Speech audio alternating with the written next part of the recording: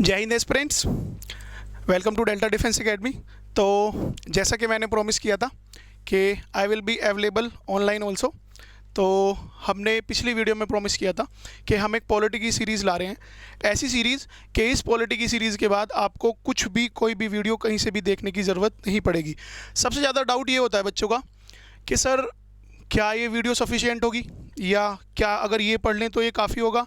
तो हम बोलते हैं कि हाँ ये काफ़ी होगा। अगर इतना पढ़ लिया, इसके बाद आपको एनडीए के लिए या सीडीएस के लिए कुछ भी पढ़ने की ज़रूरत नहीं है, ये गारंटी हमारी है। ठीक है बच्चों, तो आज हम शुरू करेंगे पॉलिटी की सीरीज़, पॉलिटी के पहले लेक्चर से, और टॉपिक होगा हमारा कौन सा, मेकिंग ऑफ कॉन्स्टिट्यूशन। ठीक है, तो पॉलिटी इज़ ऑल अबाउट क्या, पॉलिटी क्या है। पॉलिटी अगर शुरुआत आप लोग कर रहे हो तो पॉलिटी कॉन्स्टिट्यूशन के ही आसपास घूमती है। ठीक है, तो सबसे पहले हम बात करेंगे कॉन्स्टिट्यूशन की।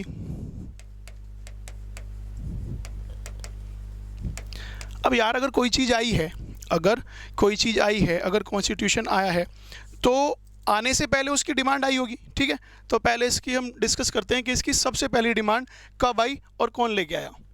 तो इसकी जो सबसे पहली डिमांड थी वो 1934 में एम.एन. रॉय,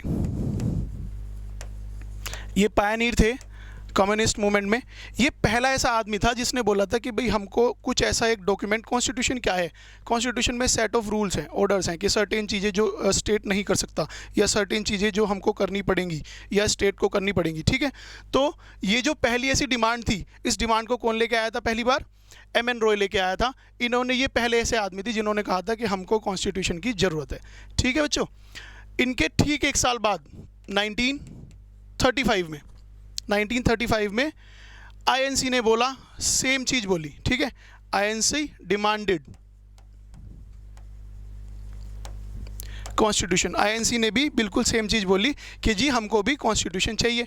अब इन दोनों में डिफरेंस क्या है, इन दोनों में डिफरेंस ये है कि भाई पहले तो सिर्फ एक इंडिविजुअल है जिसने कोई चीज़ मांगी है। अब यही सेम चीज़ मांग ली आपकी आईएनसी ने, और आईएनसी उस टाइम पे देश की सबसे प्रोमिनेंट कोई ऑर्गेनाइजेशन थी। तो अगर इन्होंने कोई चीज़ मांग ली तो यानी भाई वो बहुत ही कोई ज़रूरी चीज़ है, और वो तो हमको जलूल चाहिए। ठीक है, इसके 3 साल बाद 1938 में जवाहरलाल नेहरू ने इसमें एक चीज़ ऐड की। ठीक है, इसमें इन्होंने क्या कहा, इसमें इन्होंने कहा कि भाई ऐसा है, कॉन्स्टिट्यूशन तो हमको चाहिए, कॉन्स्टिट्यूशन तो हमें चाहिए, लेकिन विदाउट इंटरफेरेंस चाहिए किसी के। इन्होंने विदाउट इंटरफेरेंस, ये सार्कास्टिकली किसको कहा है, अरे बोल लो, बैठे हो तुम यहीं, सबको पता है। ठीक है, कुछ बच्चे बैठे हुए हैं क्लास में, तो हम ये हमारी जो लाइव क्लास है हम इसको ही रिकॉर्ड कर रहे हैं। तो क्या कहा जवाहरलाल नेहरू ने कि भाई कॉन्स्टिट्यूशन तुम हमको बनाओगे तो सही, हम कॉन्स्टिट्यूशन बनाएंगे तो सही, लेकिन कॉन्स्टिट्यूशन ये कैसा होना चाहिए, ये कॉन्स्टिट्यूशन विदाउट इंटरफेरेंस होना चाहिए। ठीक है, कि हमारा कॉन्स्टिट्यूशन है, हम बनाएंगे, तुम इसमें हमें बताओगे नहीं कि हमको क्या बनाना है क्या नहीं बनाना। ठीक है बच्चे, तो जब डिमांड हुई है तो डिमांड एक्सेप्ट भी हुई होगी। ठीक है, डिमांड की बात कर ली हमने यहाँ पे। अब डिमांड एक्सेप्ट कहाँ हुई होगी, अब इनका एक्सेप्टेंस देख लो। सबसे पहले जो हमारी डिमांड कॉन्स्टिट्यूशन की एक्सेप्ट हुई थी वो 1940 में हुई थी, उसको बोलते हैं अगस्त ऑफर। क्या बोलते हैं बच्चों, अगस्त ऑफर। फिर 1942 में हुई। ठीक है, इसमें भी हमारी ये डिमांड एक्सेप्ट हो गई थी, इसको बोलते हैं क्या, क्रिप्स मिशन। अरे डिमांड क्या है हमारी, कॉन्स्टिट्यूशन के लिए। ठीक है, तो इन दोनों में ही ये हमारी डिमांड एक्सेप्ट हो गई थी। लेकिन 1940 में हमें ये नहीं बताया कि हमारा कॉन्स्टिट्यूशन कब बनाएंगे, कौन बनाएगा, कौन कौन लोग होंगे नहीं होंगे। ठीक है, और 42 में अगर कोई इन दोनों में डिफरेंस पूछ ले कि भाई जब दोनों में ही एक्सेप्ट हुई थी तो दोनों में डिफरेंस क्या था, तो दोनों में डिफरेंस ये था कि अगस्त ऑफर में तो ब्रिटिशर्स ने कहा था कि जो आपका ये कॉन्स्टिट्यूशन बनेगा ये बनाएंगे मेनली इंडियंस। वर्ड यूज हुआ था क्या, मेनली, कि यानी ज़्यादातर इंडियंस होंगे, और भी लोग हो सकते हैं। ठीक है, 42 में ये मेनली वर्ड चेंज होके, सब्स्टिट्यूट होके वर्ड आ गया था सोनली इंडियंस। सोनली का मतलब कि सिर्फ इंडियंस होंगे। डिफरेंस है, डिफरेंस है कि इसमें तो कॉन्स्टिट्यूशन बनाने के लिए कहा था कि ये जो आपका कॉन्स्टिट्यूशन बनेगा ये मेनली इंडियंस बनाएंगे, और क्रिप्स मिशन में क्या कहा था कि सोलली इंडियंस बनाएंगे। अगर फर्दर भी कोई पूछ ले तो गांधी जी ने इस वाले मिशन को ही रिजेक्ट करते हुए बोला था कि ये तो एक पोस्ट डेटेड चेक है। क्या है? Post dated cheque. Post dated cheque का कुछ काम होता है क्या भाई? किसी काम का होता है क्या वो? किसी काम का नहीं होता। तो ऐसा वन वर्ड में भी पूछ लेते हैं कि गांधी जी डिस्क्राइब के इनमें से कौन से कमीशन को उन्होंने बोला था कि पोस्ट डेटेड चेक। तो पोस्ट डेटेड चेक किसको बोला था? क्रिप्स मिशन को बोला था। ठीक है बच्चे, 42 पे हम आगे। 42 के बाद ये दोनों हमने कर दिए क्या? रिजेक्ट। तो इनसे कॉन्स्टिट्यूशन बना क्या हमारा? इनसे कॉन्स्टिट्यूशन नहीं बना। अब देखो कॉन्स्टिट्यूशन हमारा किससे बना? 1946 इसमें आया था कैबिनेट मिशन। इसमें आया था आपका क्या? कैबिनेट मिशन आया था। इसके अंडर हमारा जो है कॉन्स्टिट्यूशन बनाया गया था। ठीक है, कैबिनेट मिशन के अंडर कॉन्स्टिट्यूएंट असेंबली बनी थी।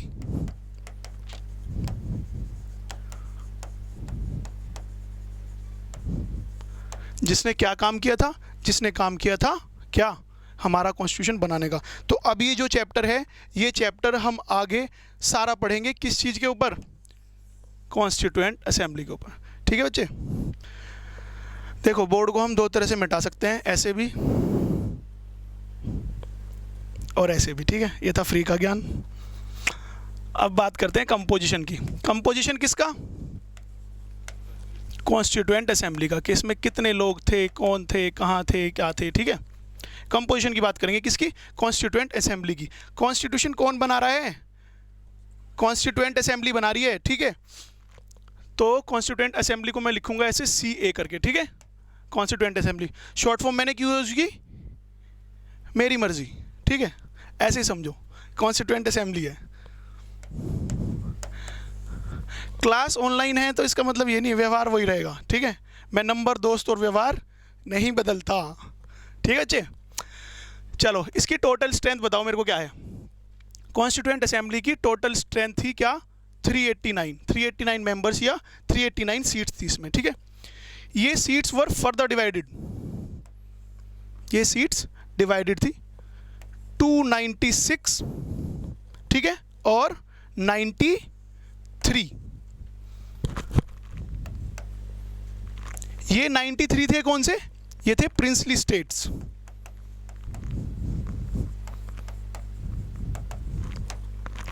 और ये 296 क्या थे? ब्रिटिश इंडिया के। तो यानी ब्रिटिश प्रोविंसेस थे।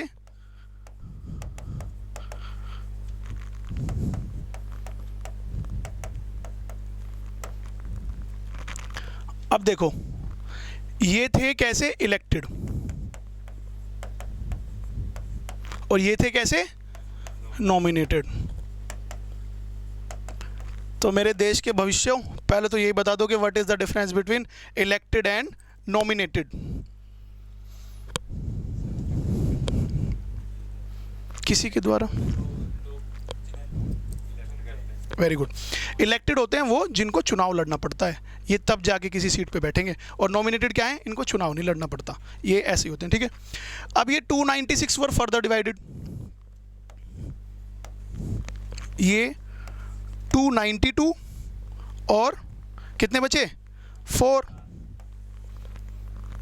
तो ये 292 हमने कहाँ से लिए थे? ये लिए थे हमने फ्रॉम 11 गवर्नर प्रोविंसेस।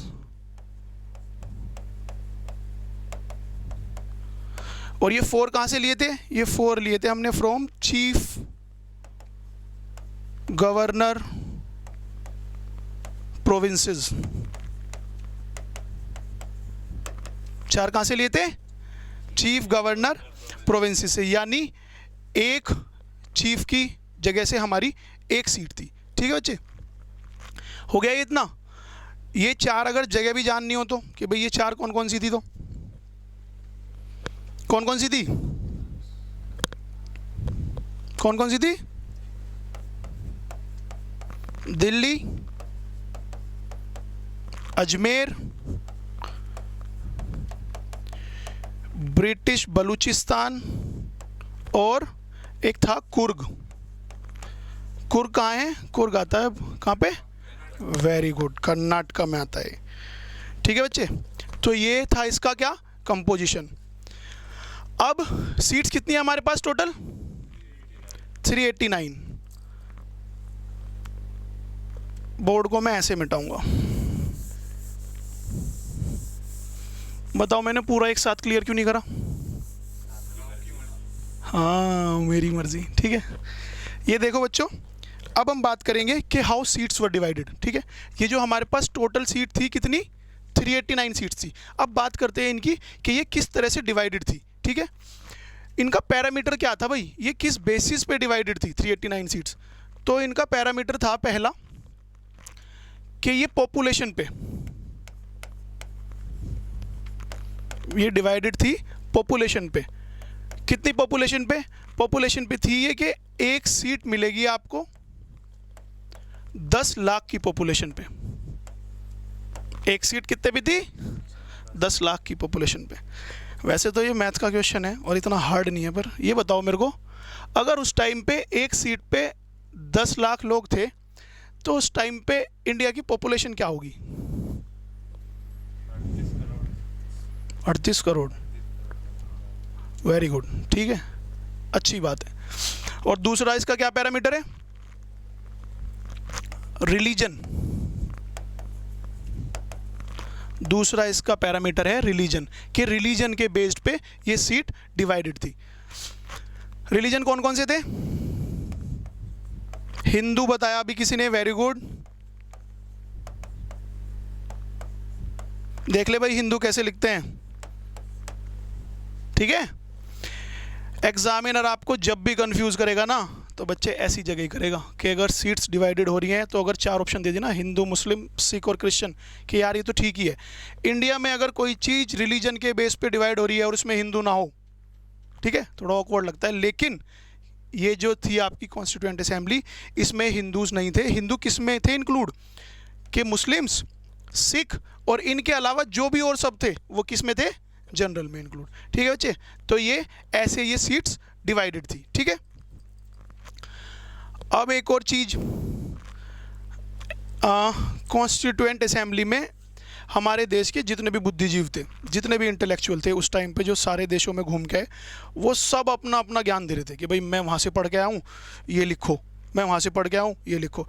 और अब बड़े बड़े इंटेलेक्चुअल्स की बात हो और गांधी जी की बात हो ना, ठीक है, अगर कॉन्स्टिट्यूएंट असेंबली के किसी भी स्टेटमेंट में एग्जामिनर आपको ये दे दे कि गांधी जी ने कॉन्स्टिट्यूएंट असेंबली में ये काम किया था, तो सतर्क हो जाना। ठीक है, क्योंकि गांधी जी इस पूरी उसमें कहीं भी नहीं थे, उनका कोई भी काम नहीं था। ठीक है, तो एक्सेप्शन में लिखना, एक्सेप्शन ऑफ गांधी जी, देश के जितने भी बड़े बड़े इंटेलेक्चुअल बुद्धिजीव थे ना, वो कॉन्स्टिट्यूएंट असेंबली में लगभग सब थे, लेकिन गांधी जी नहीं थे। तो एग्जामिनर आपको यहाँ पे कंफ्यूज कर सकता है। ठीक है बच्चे, कंपोजिशन हो गया। अगला टॉपिक क्या है? वर्किंग। अब मैं इसको ऐसे हटाऊंगा, क्यों? मेरी मर्जी। अब बच्चे ने बताया वर्किंग। वर्किंग किसकी भाई? कॉन्स्टिट्यूएंट असेंबली की। ठीक है, अब वैसे तो हमको डेट्स सारी याद करनी नहीं होती, ठीक है, लेकिन कुछ डेट्स हैं जो हमको पता होनी चाहिए। अब जैसे कि कॉन्स्टिट्यूएंट असेंबली की फर्स्ट सीटिंग कब हुई थी, ये हमको पता होना चाहिए। ठीक है, फर्स्ट सीटिंग हुई थी इसकी 9 दिसंबर 1946, ये थी इसकी फर्स्ट सीटिंग। अटेंड की थी 211 मेंबर्स ने, पर मेंबर्स तो भाई ज़्यादा थे, और कहाँ गए? अरे पाकिस्तान गए नहीं, पाकिस्तान की डिमांड कर रहे थे, पाकिस्तान तो बना भी नहीं था जब तक। ठीक है, मुस्लिम लीग जो थी, जिन्ना का बिल्कुल क्लियर था भाई कि देश में किसी को कुछ चाहिए, किसी को कुछ चाहिए, कोई इंडियन नेशनल मूवमेंट में है, कोई टैक्सेस के लिए लड़ रहा है, कोई किसी के लिए लड़ रहा है, वो अलग सेपरेट था। भाई मुझे मेरा पाकिस्तान दे दो, तुम कुछ ही कर लो। ठीक है, तो उसकी जो बहुत शुरू से थी डिमांड वो पाकिस्तान की थी, तो उसने उसके बेस पे मुस्लिम लीग ने इसको बॉयकॉट किया था। तो टोटल मेंबर्स ने कितने ने अटेंड किया था? 211। अब बच्चे अगर ये एक कमीशन है, मतलब अगर ये एक असेंबली है, कॉन्स्टिट्यूएंट असेंबली है, तो इसका एक हेड भी होना चाहिए, ठीक है। अब इसी दिन इनको हेड चाहिए था, इसी दिन पहली सिटिंग हुई और इसी दिन इनको हेड चाहिए। अब दिक्कत ये कि सारे के सारे इंटेलेक्चुअल हैं भाई, सारे के सारे, एक से एक बड़ा बुद्धि वाला है। अब ये किसको फिर करें, इनको चाहिए टेम्परेरी प्रेसिडेंट। तो कॉन्स्टिट्यूएंट असेंबली का टेम्परेरी प्रेसिडेंट जो बनाया गया वो डॉक्टर सच्चिदानंद सिन्हा को बनाया गया था।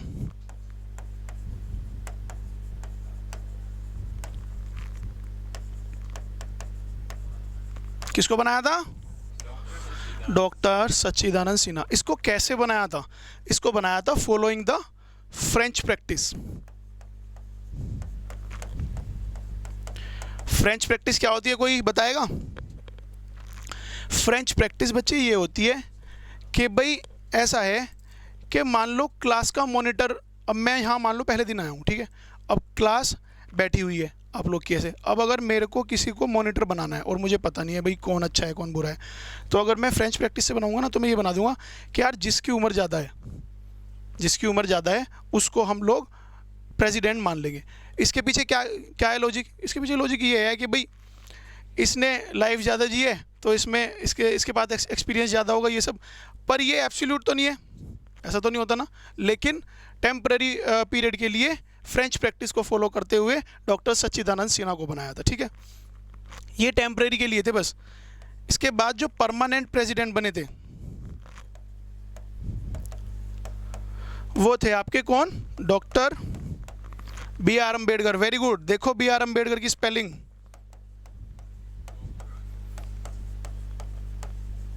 ठीक है, स्पेलिंग बी आर अम्बेडकर की।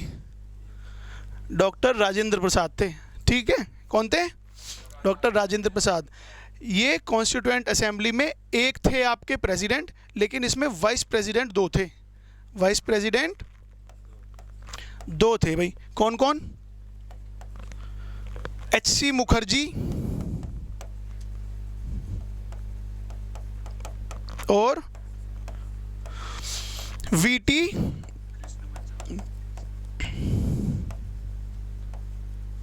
कृष्णमाचारी, ठीक है बच्चों। तो ये इसके कौन थे? ये टेम्परेरी प्रेसिडेंट कौन था? डॉक्टर सच्चिदानंद सिन्हा। कैसे बनाया था? फ्रेंच प्रैक्टिस से। और परमानेंट प्रेसिडेंट कौन बने पहले? डॉक्टर राजेंद्र प्रसाद। और वाइस प्रेसिडेंट कौन थे? दो, एच.सी. मुखर्जी और वी.टी. कृष्णमाचारी, ठीक है। इसके आगे क्या है भाई कंपोजिशन के बाद?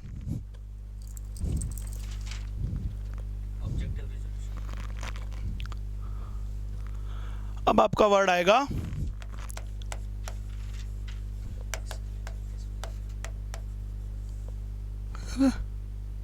इधर से,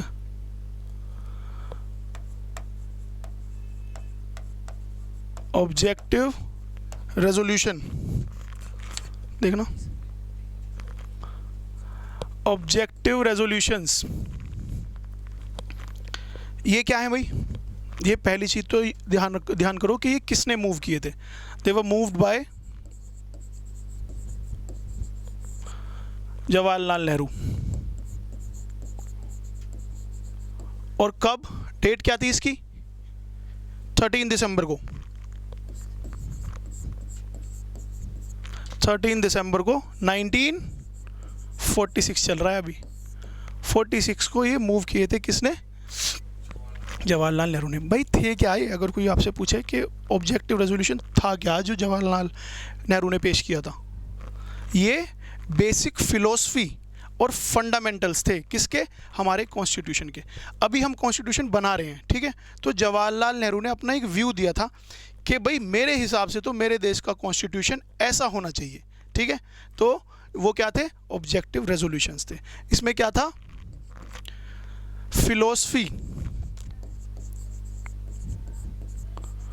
philosophy and fundamentals of constitution, कि जो हम कॉन्स्टिट्यूशन बनाने जा रहे हैं वो कॉन्स्टिट्यूशन ऐसा होना चाहिए, ठीक है। तो उनकी नज़रों में हमारा कॉन्स्टिट्यूशन कैसा होना चाहिए उसको बोलते हैं क्या? Objective resolution. जब ये इन्होंने मूव किया था ना, तो ये यूनानिमसली पास्ड हुआ था। यूनानिमसली का मतलब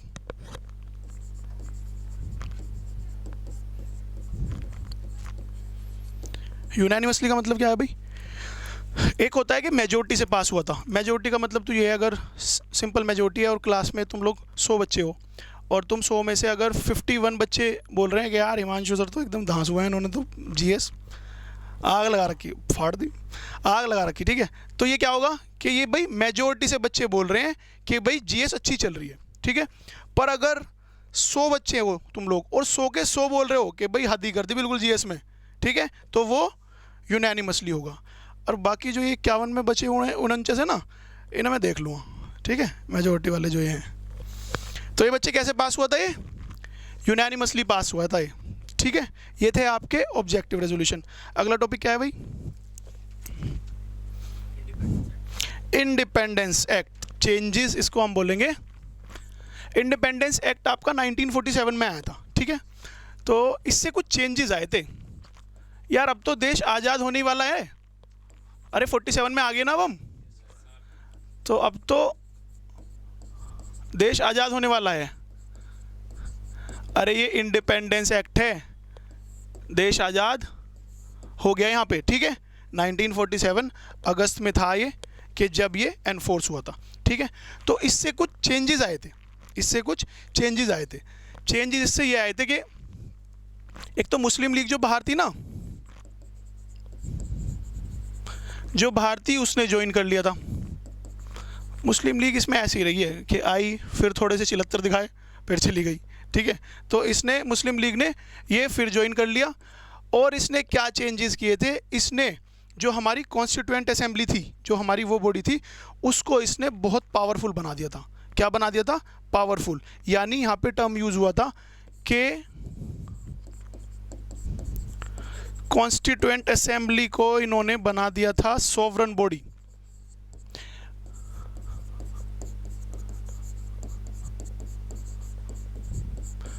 भाई सोवरन तो हमारे प्रीएम्बल में भी आता है, अगली क्लास में वैसे मैं बताऊंगा कि क्या होता है क्या नहीं, ठीक है। लेकिन सोवरन का मतलब ये है कि भाई हम आज़ाद हैं, ठीक है, और हम जिस तरह से चाहें उस तरह से काम कर सकते हैं। हमें कोई बाहर वाला ये नहीं बताएगा कि हमको करना क्या है और करना क्या नहीं है, ठीक है। तो इंडिपेंडेंस एक्ट ने क्या किया? इंडिपेंडेंस एक्ट ने हमारी जो कॉन्स्टिट्यूएंट असेंबली है, जो कॉन्स्टिट्यूशन बना रही है, उसको क्या कर दिया? उसको पावरफुल बना दिया, उसको एक सोवरन बॉडी बना दिया, ठीक है। अब हमारी कॉन्स्टिट्यूएंट बॉडी होगी है क्या? गुड्डू भैया, अब इसको चाहिए लाइफ में फुल इज्जत, ठीक है। तो अब इसको फुल इज्जत मिलेगी। फुल इज्जत इसको कैसे मिल रही है? कि कॉन्स्टिट्यूएंट असेंबली अब इतनी पावरफुल है, इतनी पावरफुल है कि जो लॉज मेड बाय ब्रिटिशर्स ने जो भी लॉ बनाए थे उनको ऑल्टर भी कर सकती है। ऑल्टर मतलब, अरे तुम लोग ऑल्टर अपने कपड़े नहीं कराते कि उनको अगर थोड़ा बहुत ठीक कर सकती है, चेंजेस कर सकती है, ऑल्टर भी कर सकती है और एब्रोगेट भी कर सकती है, यानी एंड भी कर देगी इसको। तो पावरफुल हो रही है नहीं? तो पावरफुल तो हो रही है अब, ठीक है। और क्या चेंजेस आए थे इससे? और इससे चेंजेस आए थे, हाँ, इसको ना अब दो काम दे दिए, इसको अब दो काम दे दिए गए कि ये कॉन्स्टिट्यूएंट बॉडी तो थी ही,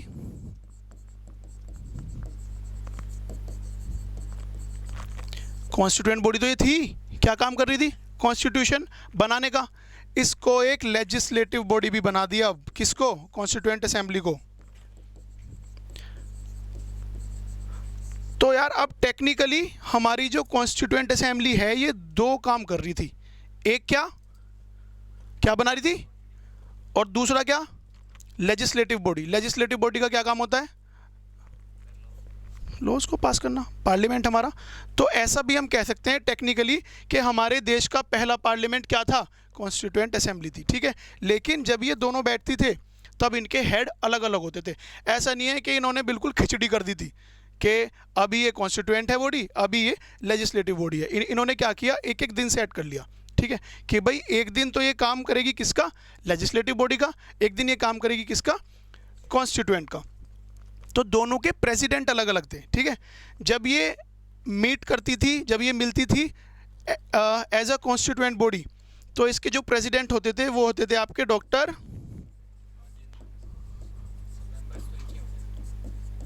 किसके बच्चे? मेंबर्स, हाँ वही तो बैठ रहे थे मेंबर्स, ठीक है। और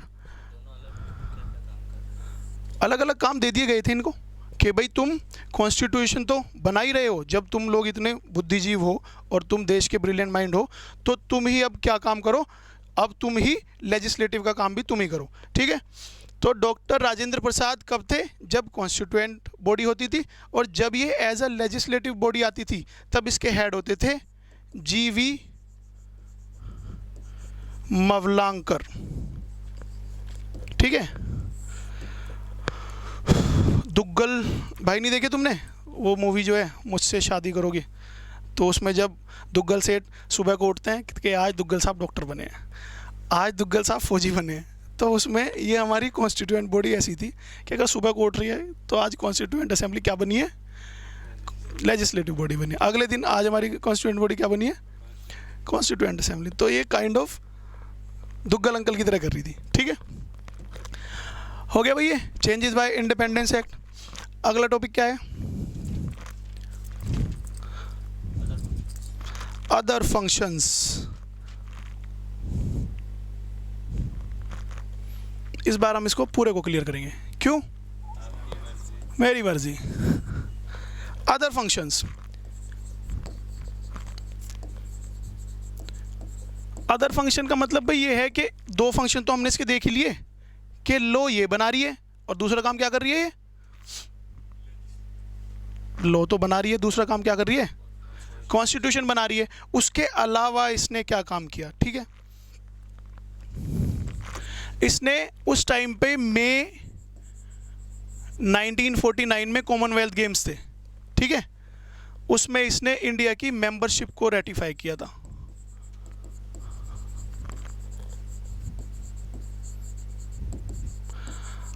तुम्हारे दिमाग में ये सवाल नहीं आ रहा कि यार अभी तो देश आज़ाद हुआ है और इनको खेलने कूदने की लग रही है? अंतर है बच्चे दोनों चीज़ों में। अब से पहले अगर हम कॉमनवेल्थ गेम्स में जा रहे थे तो हम कैसे जा रहे थे? ब्रिटिश इंडिया के गुलाम भारत। और अब हम जब जाएंगे तो कैसे जाएंगे? हाँ, ये ग्लोबल गेम्स होते हैं कि अब पूरे वर्ल्ड को पता चलेगा कि भाई इंडिया आज़ाद हो चुका है और इस तरह से आया, ठीक है। ये काम था इसका। और इसने क्या दिया था? और इसने बनाया था हमारा नेशनल फ्लैग को अडॉप्ट कराया था। भाई मेरा ये मानना है कि मान लो एक बार के लिए कि ये एग्ज़ाम में आएगा ही नहीं नेशनल फ्लैग, ठीक है, पर फिर भी तुम्हें ये याद होना चाहिए कि हमारा नेशनल फ्लैग कब अडॉप्ट हुआ था, ठीक है। ये अडॉप्ट हुआ था हमारा 22 जुलाई 1947 को, ठीक है। और क्या क्या काम किया था इन्होंने? अदर ये इन्होंने काम किया था और कि नेशनल सॉन्ग वो भी इन्होंने ही अडेप्ट कराया था। नेशनल सॉन्ग क्या है भाई? और मुन्नी बदनाम क्या है फिर? अच्छा, नेशनल सॉन्ग है बच्चे वंदे मातरम। किसने लिखा है? बंकिम चंद्र चटर्जी ने। तो नेशनल सॉन्ग भी हमारा इन्होंने ही अडॉप्ट कराया था।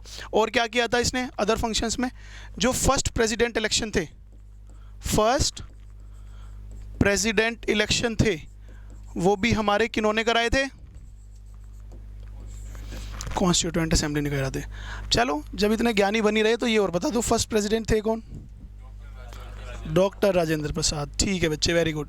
ये इसके अदर फंक्शंस थे। और बता इसके बाद क्या टॉपिक है? कमेटीज पे आगे भाई वाह, अब मजा आएगा, ठीक है। मेजर कमेटीज, कमेटीज मेजर भी थी और माइनर भी थी, ठीक है, लेकिन हम लोग पढ़ेंगे मेजर कमेटीज, ठीक है। एग्जाम के लिए वही इंपॉर्टेंट है। मेजर में भी ब्रीफली पढ़ेंगे हम, बिल्कुल। मेजर कमेटीज, ठीक है बच्चों। तो इसमें कॉन्स्टिट्यूएंट असेंबली में हम पढ़ रहे थे। नेक्स्ट क्या है टॉपिक हमारा? मेजर कमेटीज, ठीक है। मेजर कमेटीज आपकी कितनी है? 8 कमेटीज हैं, ठीक है। इनको याद रखना है। कैसे याद रखना है? ये देखो, जिस भी कमेटी में यूनियन आ जाए, यूनियन आ जाए, ठीक है, उसके कौन प्रेसिडेंट होंगे? आपके चेयरमैन कौन होंगे उसके? राजेंद्र प्रसाद। देखो राजेंद्र प्रसाद की स्पेलिंग देखो, ठीक है, कौन होंगे, जवाहरलाल नेहरू। और स्टेट्स कमेटी, इसके भी कौन होंगे, जवाहरलाल नेहरू, ठीक है। Advisory committee on fundamental rights minority and tribal areas, ठीक है, इसका बहुत बड़ा नाम है और इसी में अंदर 5 सब कमेटीज़ भी हैं, ठीक है। तो हमें उन सब कमेटीज़ के नाम याद नहीं रखने, सिर्फ इतना याद रखना कि जो फंडामेंटल राइट्स वाली कमेटी है एडवाइजरी की, उसके जो हेड थे, उसके जो चेयरमैन थे वो कौन थे, सरदार पटेल। कौन थे, सरदार पटेल। और प्रोविंशियल कमेटी, इनके भी कौन थे, Sardar Patel. Rules of procedure committee के थे आपके डॉक्टर राजेंद्र प्रसाद, डॉक्टर राजेंद्र प्रसाद।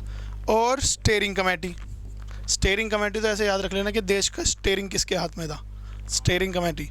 तो फर्स्ट प्रेसिडेंट कौन थे, डॉक्टर राजेंद्र प्रसाद। तो स्टीयरिंग किसके हाथ में था, डॉक्टर राजेंद्र प्रसाद के। तो इनके हेड कौन होंगे, डॉक्टर राजेंद्र प्रसाद, ठीक है बच्चे। 8 कमेटीज होती हैं, कितनी होगी ये, 1 2 3 4 5 6 7 होगी। Last but definitely not the least, कौन सी, ड्राफ्टिंग कमेटी। कमेटीज तो बच्चे ये भी हैं, लेकिन हम इनके मेंबर नहीं देखेंगे कि इसमें कौन है कौन नहीं है, ठीक है। ड्राफ्टिंग कमेटी हमारी इतनी इंपॉर्टेंट कमेटी है कि उसके मेंबर्स हम देखेंगे कि भाई कौन होते, कौन कौन इसके मेंबर थे, कौन इसके हेड थे, ठीक है। तो 7 ही हो गई और लास्ट हम देखेंगे कौन सी, ड्राफ्टिंग कमेटी। तो ये मतलब अगर 8 में ही यहीं पे पूरी करनी हो तो 8th कमेटी थी आपकी ड्राफ्टिंग कमेटी, जिसके हेड कौन थे,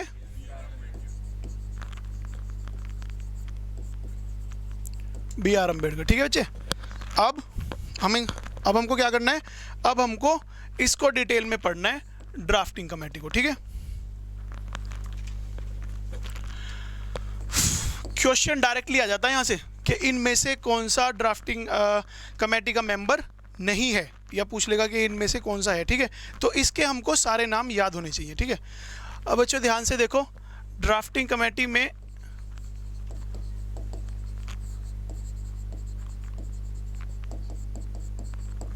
मेंबर्स थे आपके कितने, 7 मेंबर्स थे। तो हमको 7 नाम याद करने हैं, ठीक है, 7 याद करने हैं हमको नाम। पहला नाम है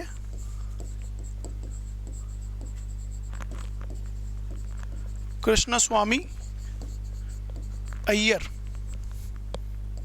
दूसरा है गोपाल स्वामी अयंगर,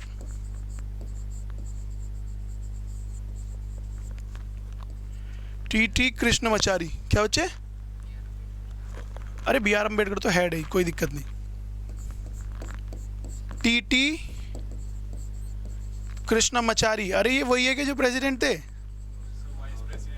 जो वाइस प्रेसिडेंट थे उसमें वही है कि वही है, वो VT थे। ये कौन से हैं, ये टी कृष्णमाचारी हैं।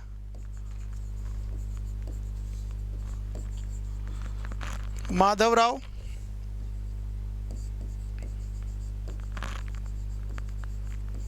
KM मुंशी और सैयद मोहम्मद सदुल्ला। कितने नाम हुए, 1 2 3 4 5 6 और 7वां नाम था आपका जो हेड थे B.R. अम्बेडकर। हाँ भाई, अब देखो ऐसी ट्रिक है कि शायद ऑब्जेक्टिव अगर एग्जाम है तो उसमें तो गलत करके नहीं आओगे, ठीक है भाई। हमको 7 मेंबर याद करने हैं, ऐसा ही तो है, 7 मेंबर याद करने हैं और एक तो हमें याद है ही B.R. अम्बेडकर। तो अब हमें कितने याद करने हैं, 6 याद करने हैं। चलो 6 याद बताता हूँ कैसे करो। 6 याद करो, इसमें ऐसे याद रखना इसको कि 4 इसमें कृष्ण भगवान बैठे हैं, 4 कृष्णा जी। कृष्णा जी कैसे हैं, ध्यान से देखो, पहला नाम कृष्णा स्वामी अय्यर, कृष्णा आ रहा है, याद रहेगा। गोपाल स्वामी अयंगर, गोपाल किसका नाम था, वो भी भगवान कृष्ण का नाम था। जब कृष्ण जी बचपन में थे तो उनका नाम क्या था, गोपाल था। तीसरा नाम कृष्णामचारी, कृष्ण आ रहा है इसमें भी, तो कितने कृष्ण जी हो गए? 3। चौथा माधव, माधव महाभारत में याद करो अर्जुन कृष्ण जी को माधव बोलता था कि माधव लेट्स गो, ऐसे करके तो बोलता था। अरे मतलब भाषाओं का ज्ञान हो सकता है उनको भी उस टाइम हो, ठीक है। तो कृष्ण जी को वो भी क्या बोलते थे? माधव बोलते थे। तो ये भी कृष्ण जी का ही नाम है। तो यार कृष्ण जी आज हमारे काम आ गए, ठीक है। सही बोलते हैं कि भगवान का नाम लियो जाओ तुम्हारे सारे काम बन जाएंगे, ठीक है। इसीलिए बन जाएंगे क्योंकि 6 मेंबर थे, 6 में से 4 तो हमारे पास क्या आ गए? कृष्णा जी। अब बस 2 रह गए ना। अब ऐसे याद रखना कि यार जब इतनी बड़ी कमेटी थी, इतनी बड़ी कमेटी थी और इतना पैसा खर्च हुआ और ये हुआ, तो हमको 1-2 तो मुंशी भी चाहिए। तो एक क्या चाहिए हमको? मुंशी चाहिए कि जो हमारे देख रेख करे कि भाई चल क्या रहा है, कितना पैसा खर्च हुआ है, क्या हो रहा है, ठीक है। तो एक हो गया हमारे पास क्या? मुंशी। 4 कृष्णा जी, 1 मुंशी। ये मुंशी कौन थे? KM मुंशी, ठीक है। और देश में डिस्क्रिमिनेशन की भावना ना हो तो इसलिए एक मुस्लिम भी रख लिया था। अब मुस्लिम है तो मोहम्मद जरूर होंगे, ठीक है। तो सैयद मोहम्मद सदुल्ला। कैसे याद रखोगे बच्चों इसको? कि 4 कृष्णा जी हैं, 1 मुंशी जी हैं और 1 मुस्लिम है। कुछ काम आसान हुआ थोड़ा सा, याद रहेंगे, ठीक है। कि भाई हमारे पास हमको 7 मेंबर ये याद करने थे। ऑब्जेक्टिव एग्जाम तो गलत नहीं होगा, ठीक है। कि हमको 7 मेंबर याद रखने थे। एक तो सबको याद है ही कि भाई BR अम्बेडकर है, ठीक है। और उसके बाद 6 क्या हैं? 4 कृष्णा जी हैं, 1 मुंशी है और 1 मुस्लिम है, 1 मोहम्मद है, ठीक है बच्चे। हुआ ये? तो ये आपकी कमेटीज थी। इसके बाद क्या है टॉपिक भाई? एनेक्टमेंट। अच्छा ये कितने दिन के लिए बैठी थी? It's set for only 141 days. ये सिर्फ 141 डेज के लिए बैठी थी, ठीक है। और इसने अपना ड्राफ्टिंग का काम पूरा किया था। अगला है क्या बच्चे? एनेक्टमेंट।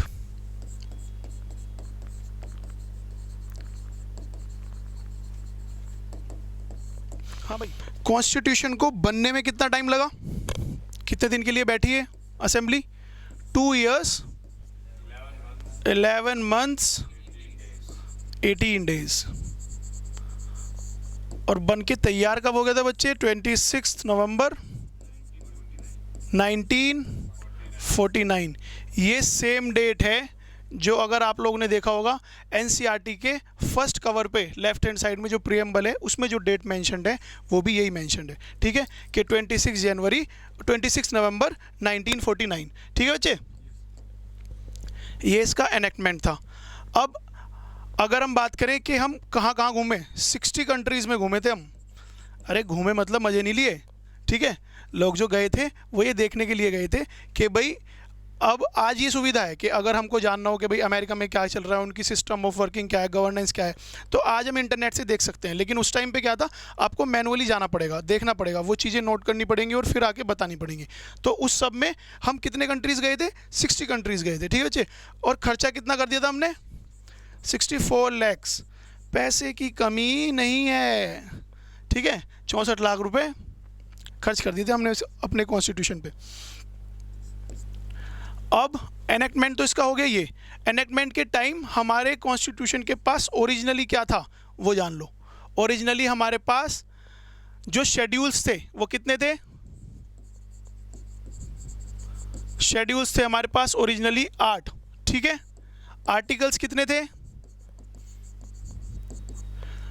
आर्टिकल्स 395, ठीक है। और पार्ट्स कितने पार्ट्स में डिवाइडेड था? पार्ट्स थे कितने? 22 पार्ट्स में डिवाइडेड था, ठीक है बच्चे। ये ओरिजिनली हमारे पास ये थे, इस फॉर्म में आया था। प्लस बहुत ही इंपॉर्टेंट, प्लस क्या था इसके साथ साथ? एक प्रीएम्बल। प्रीएम्बल क्या होता है इन डिटेल, एक एक वर्ड का मीनिंग हम अगली क्लास में पढ़ेंगे, ठीक है। तो ये तो हुए इसके एनेक्टमेंट की बात। अब अगर इसके एनफोर्समेंट की बात करें तो कि ये लागू कब हुआ था? हाँ भाई महारथियों बताओ जरा कि कॉन्स्टिट्यूशन कब लागू हुआ था? यही बताते हैं सब, ठीक है। चलो आज कुछ अलग बताते हैं। एनफोर्समेंट इसका कुछ चीज़ों का ये जिस दिन बन के तैयार हुआ 26 नवंबर 1949, कुछ चीज़ों का एनफोर्समेंट जिस दिन ये बना उसी दिन इंस्टेंटली वो एनफोर्स हो गए थे। वो कौन कौन से थे वो जान लो। सिटीजनशिप, इलेक्शंस और प्रोविजनल पार्लियामेंट।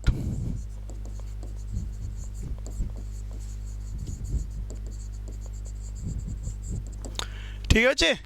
तो अब अगर कोई पूछे कि हमारा कॉन्स्टिट्यूशन कब लागू हुआ था तो उसको डिटेल्ड आंसर देना। ठीक है कि 3 ऐसे प्रोविज़न थे कि जो 26 नवंबर 1949 को ही लागू कर दिए गए थे।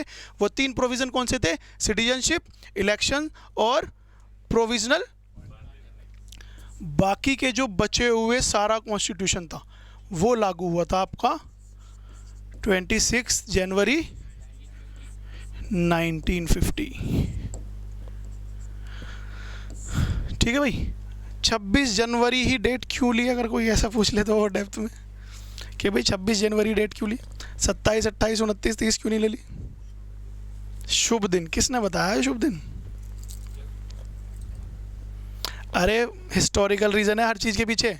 ठीक है, इसका हिस्टोरिकल रीज़न जान लो। वैसे ये किसका पार्ट है? ये मॉडर्न इंडियन हिस्ट्री का पार्ट है, पर जान लो तुम लोग हिस्टोरिकल रीज़न इसका ये है कि ये डेट 26 जनवरी इसलिए दी गई थी कि आईएनसी के ना हर साल सेशन होते थे, तो 1929 के सेशन में जब प्रेसिडेंट जवाहरलाल नेहरू थे तो इन्होंने क्या कहा, दिसंबर के आसपास ही हर साल सेशन हुआ करता था। ठीक है, तो इन्होंने क्या कहा आईएनसी ने कि भाई ऐसा है, अब आज़ाद होने में चाहे हमें 1 साल लगे, चाहे 2 साल लगे, चाहे 20 साल लगे, लेकिन आने वाली जो 26 जनवरी है यानी 1930 की, कि आने वाली जो 26 जनवरी है उसको हम अपने आप को अपने हेड में हम आज़ाद घोषित हो जाएंगे। ठीक है, तो इन्होंने कहा कि आने वाली 26 जनवरी 1930 को हम लोग अपने आप को आज़ाद मान लेंगे। ठीक है, पूर्ण स्वराज वाली जो ये चीज़ थी कि हम लोग अपने आप को आज़ाद मान लेंगे और अपने हेड में हम लोग आज़ाद हो जाएंगे। इसीलिए अगर कोई आपसे पूछ लेना कि फ़र्स्ट इंडिपेंडेंस डे कौन सा है, तो फर्स्ट इंडिपेंडेंस डे हमेशा 26 जनवरी 1930 को बोला जाता है। इसीलिए बोला जाता है क्योंकि हिस्टोरिकल रीज़न इसका ये था कि इस सेशन में आईएनसी ने कहा था कि चाहे हमको कितना ही टाइम लग जाए, हम अब आने वाली 26 जनवरी 1930 को अपने आप को आज़ाद मान लेंगे। और इन लोगों ने फिर एक रिवर थी, रिवर रावी, उसके साइड में फ्लैग की होस्टिंग करके और अपने आप को आज़ाद मान लिया था। ठीक है बच्चे, तो ये ऑलमोस्ट आपका कॉन्स्टिट्यूएंट असेंबली पूरा हो गया। ठीक है, इसमें बस एक चीज़ और जान लो कि बच्चे कंफ्यूज हो जाते हैं कि BN राव में और BR अम्बेडकर में अगर कोई पूछ लेना कॉन्स्टिट्यूशनल एडवाइज़र कौन है,